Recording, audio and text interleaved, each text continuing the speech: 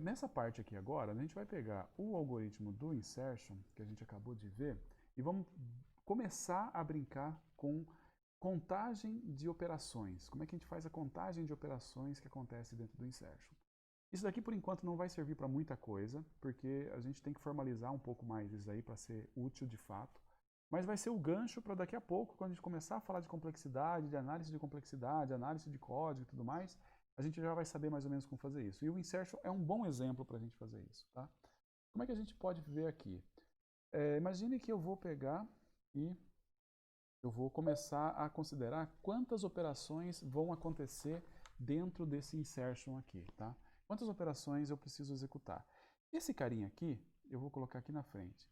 Esse carinha aqui vai contar, por exemplo, vai contar como uma operação. Tá? Esse cara aqui, ele vai contar como uma operação. Então, esses dois caras somados, eles no caso vão me dar duas operações, tá bom?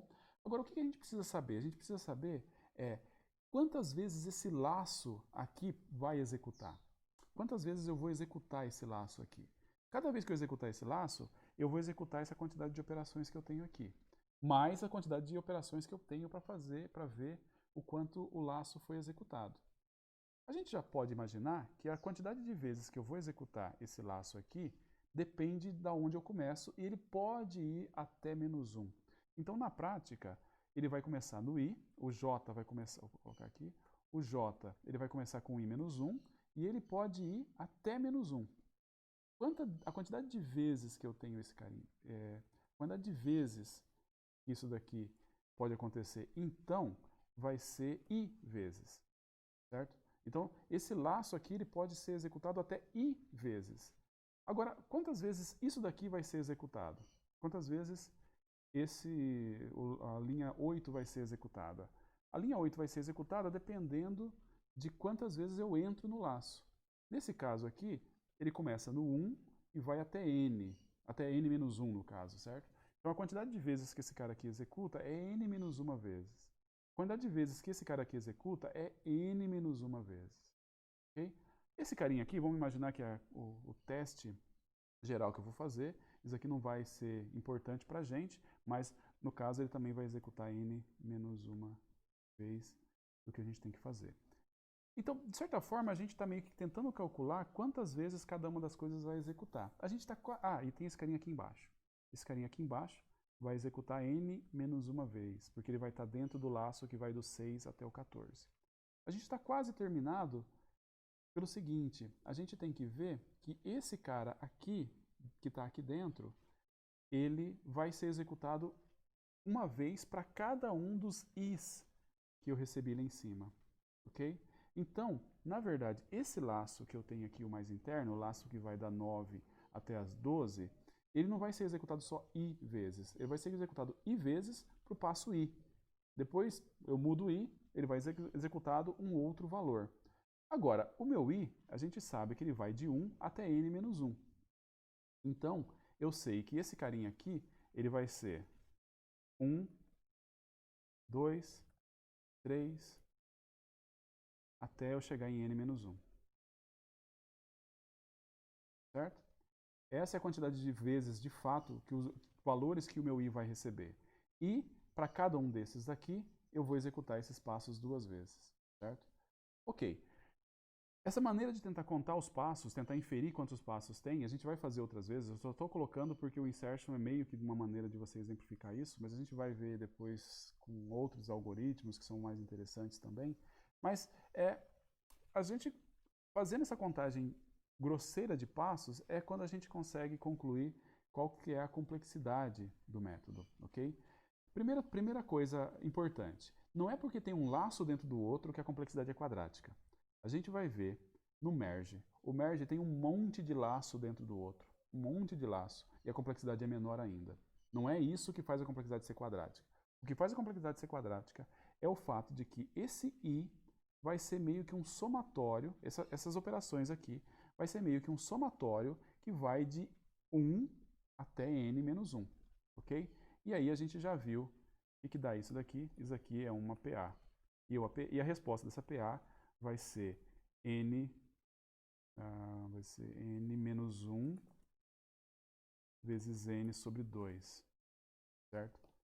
É esse daqui. E por conta que eu faço essa somatória, que vai de n-1, de 1 até n-1, que dá essa PA, eu tenho essa conta, e essa conta vai me dar um n ao quadrado menos n sobre 2. E aí, normalmente, quando você vê a complexidade, você não está tão interessado assim nas constantes, você pode se livrar das constantes e vai ficar só com n ao quadrado, tá bom? Ok. É um pouquinho mais do que a gente fez no Bubble. No Bubble eu convenci vocês que ele era ao quadrado, sem tentar nem sequer fazer contagem de passos. Agora eu estou tentando fazer a contagem de passos para convencê-los disso. Nos próximos a gente vai precisar de mais do que isso, vai precisar de fazer coisas mais elaboradas do que isso. Mas aqui pelo menos a gente já consegue ver da onde vem esse n ao quadrado, que é o quadrático aqui do insertion, tá bom? Por outro lado, vamos lá, eu vou voltar aqui. Isso aqui eu estou fazendo o pior caso, onde o i ele vai ser executado. E outra coisa também, eu ignorei várias das outras coisas que eu tenho aqui, porque na hora que eu vou somar essa equação não vai dar exatamente n ao quadrado menos n sobre 2, vai estar umas outras coisas lá, mas as outras constantes a gente some também, elas não são interessantes. A gente fez isso no pior caso, onde o i, o j aqui, ele vai ser executado i vezes. Mas a gente pode ter uma situação que é o melhor caso. Qual é o melhor caso?